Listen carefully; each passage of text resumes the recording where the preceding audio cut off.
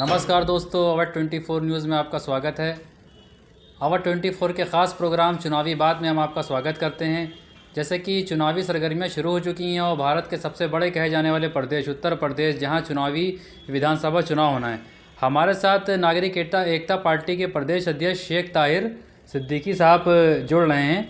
इनसे बात करेंगे। जैसे कि लगातार ये अभी देखा जा रहा है कि सभी पार्टियां चुनावी सक्रिय हो चुकी हैं, तो इनसे जानेंगे कि किस तरीके से पिछली जो सरकार रही है इसका यूपी में कैसा कार्यकाल रहा है और पूर्व सरकार के भांति इस साल इसमें क्या फ़र्क देख रही है। सबसे पहले तो आपका अवर 24 न्यूज़ में बहुत बहुत स्वागत है। ये बताइए, जैसे कि अभी तमाम राजनीतिक पार्टियाँ सक्रिय हो चुकी हैं, उसको देखते हुए नागरिक एकता पार्टी का क्या मिशन है और किस प्रकार वो कार्य कर रही है? देखिए, नागरिक एकता पार्टी पूरे 5 साल से ही प्रदेश में सक्रिय है और ऑलरेडी इससे पहले भी सक्रिय रही है और समाज के मुद्दों को लेकर के जन आंदोलन करती रही है। महंगाई को लेकर के, CNRC का जब मामला आया उसको लेकर के, और आज जो समाज के अंदर नफ़रत की राजनीति पैदा कर दी गई है, उस राजनीति के ख़िलाफ़ जो है भाईचारे की और पैगाम मोहब्बत का पैगाम देने के लिए नागरिक एकता पार्टी जो है घरों घरों में जाती रही है, पूरे प्रदेश में काम कर रही है। तो हमें जो है सक्रियता के मामले में हमारा ये मामला है कि हम रेगुलर जो है उत्तर प्रदेश में सक्रिय हैं और ख़ास करके चुनाव के टाइम भी सक्रियता और ज़्यादा बढ़ गई है। तो जैसे कि अभी बिल्कुल ही कुछ समय बचा है उत्तर प्रदेश में चुनाव को लेकर विधानसभा में, तो ये नागरिक एकता पार्टी किस प्रकार अब के चुनाव में अपने मैदान में उतरेगी? दावेदारी कैसी रहेगी? किन किन प्रत्याशियों को किन किन सीटों पर उतारा जाएगा? नागरिक एकता पार्टी का एक मिशन है कि देश के संविधान को बचाया जाए, और जिस तरीके से संविधान के साथ खिलवाड़ हो रहा है, इस संविधान को बचाना बेहद आवश्यक है। और सबसे पहली प्राथमिकता यह है कि भारतीय जनता पार्टी को उत्तर प्रदेश से कैसे बाहर किया जाए। इसी मिशन में हमारी पार्टी काम कर रही है। हम 403 विधानसभा सीटों पर चुनाव नहीं लड़ेंगे, कुछ चुनिंदा सीटों पर चुनाव लड़ेंगे जहां पर हमारी पार्टी का संगठन ज़्यादा मजबूत है और जहां पर हम भारतीय जनता पार्टी को हरा सकते हैं। ऐसी ही कुछ दर्जनों सीटें हैं हम लोगों ने जो है इंतखाब की हैं, उन पर जो है हमारे पार्टी जो प्रत्याशी उतारेगी। किसी अन्य राजनीतिक पार्टी के साथ आपका समर्थित होना या उनको अपना समर्थन देने का कुछ विचार भी? देखिए, अभी जो है कई पार्टियों से हमारी जो है बातचीत चल रही है कि किससे गठबंधन किया जाए। हम उस पार्टी के साथ गठबंधन करना चाहते हैं जो पार्टी भारतीय जनता पार्टी को हराने के लिए और संविधान में आस्था रखते हुए इस बात पर जो है पुरजोर वकालत करती हूँ, इस बात का कि अगर वो सत्ता में आएंगे तो जिस तरीके से संविधान को बदला जा रहा था और आज जिस तरीके से नफ़रत की राजनीति की जा रही थी, ख़ास करके मुसलमानों को टारगेट किया जा रहा था, अगर इस पर कुछ कॉमन मिनिमम प्रोग्राम बनाएंगी जो पार्टी, उसके साथ हम जो है गठबंधन करके उत्तर प्रदेश के 2022 के चुनाव में उतरेंगे। अभी जैसे कि चुनाव बिल्कुल लगभग नज़दीक आ गया है और उत्तर प्रदेश सरकार को 5 साल भी पूरे लगभग होने ही वाले हैं, तो इन जो सरकार वर्तमान समय में रही है, इन सरकार में आपको सरकार का कोई ऐसा काम जो अच्छा लगा हो? हाँ, ज़रूर अच्छा लगा है। एक काम ही बहुत अच्छा लगा है। आप इस चीज़ को समझ सकते हैं।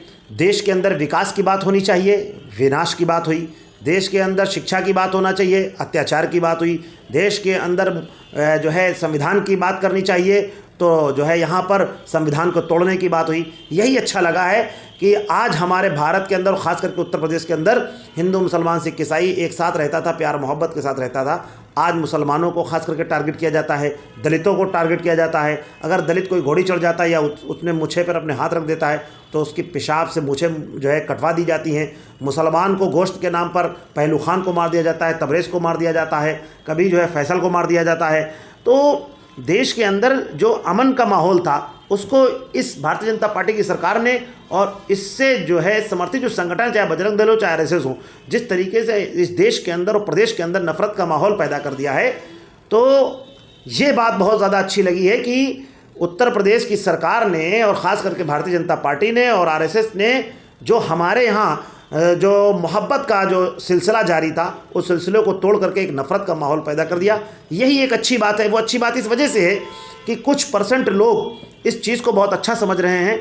वो ये बात कहते हैं कि भारतीय जनता पार्टी देश हित की बात कर रही है। भारतीय जनता पार्टी जो है एक ऐसा राम राज्य कायम करना चाह रही है जिससे हमारे देश का बहुत बड़ा विकास हो जाएगा। लेकिन उनको ये नहीं मालूम है, ये अच्छी बात उनको लग रही है, लेकिन ये कितनी बुरी बात है कि राम राज्य जो है बात उनको लग रही है, लेकिन ये कितनी बुरी बात है कि राम राज्य जो है, ऐसा राम को भी ऐसा राज्य की ज़रूरत कभी नहीं रही होगी जिस तरीके से आज राम राज्य पैदा किया जा रहा है। आपको मालूम होना चाहिए, राम मंदिर बना और आज तामीर हो रहा है, और भारत में अगर राम मंदिर नहीं बनेगा तो कहाँ बनेगा? बनना चाहिए।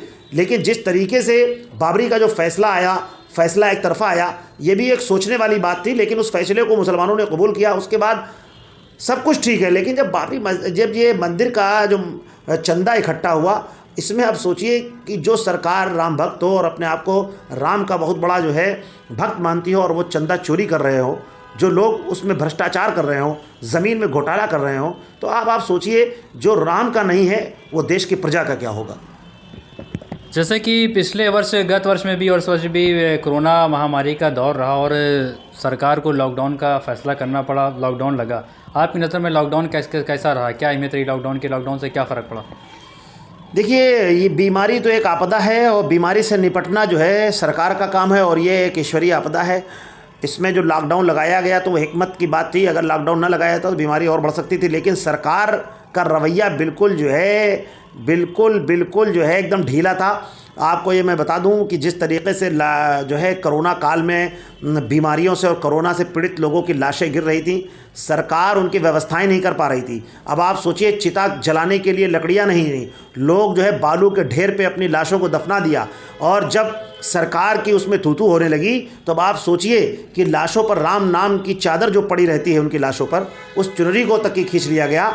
अब आप सोचिए कि उन्होंने कोरोना काल में जो उनकी विफलताएं थी उनको छुपाने के लिए राम नामी चादर छीन लेना, भैंसा कुंड में जैसे कि जहां पर शव को जो है अग्नि से और साथ में जो है विद्युत शवग्रह से उनको जो है अंतिम संस्कार किया जाता है, वहां पर बड़ी बड़ी टीनें लगा देना, किसी को पता न चलने पाए। अब आप ये सोचिए कि कोरोना काल एक आपदा तो थी, लेकिन आपदा से जब सरकार निपट नहीं पाई तब आप समझ लीजिए वो सरकार कितनी मजबूत थी। सरकार पूरी तरीके से कोरोना काल में विफल थी, और आज भी सरकार पूरी तरीके से विफल है। नागरिक एकता पार्टी को आगामी चुनाव में एक मजबूत प्रबल विपक्ष के नाते होने के नाते देखा जा सकता है?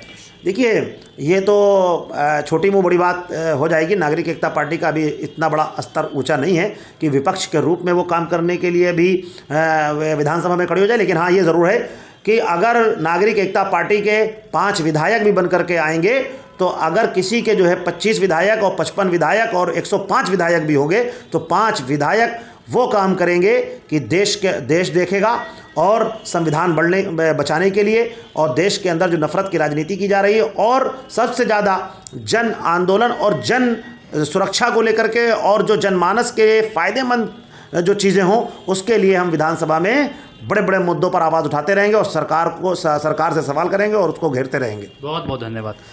तो जैसा कि इन्हीं ने भी अपनी बात रखी, नागरिक एकता पार्टी के प्रदेश अध्यक्ष ने पूरी बात रखी। आवर 24 न्यूज़ के लिए फैसल मुजीब। इसी प्रकार हम आपको आने वाले और दिनों में चुनावी बाद जो हमारा ख़ास कार्यक्रम चल रहा है, हम आपके साथ रूबरू होते हैं।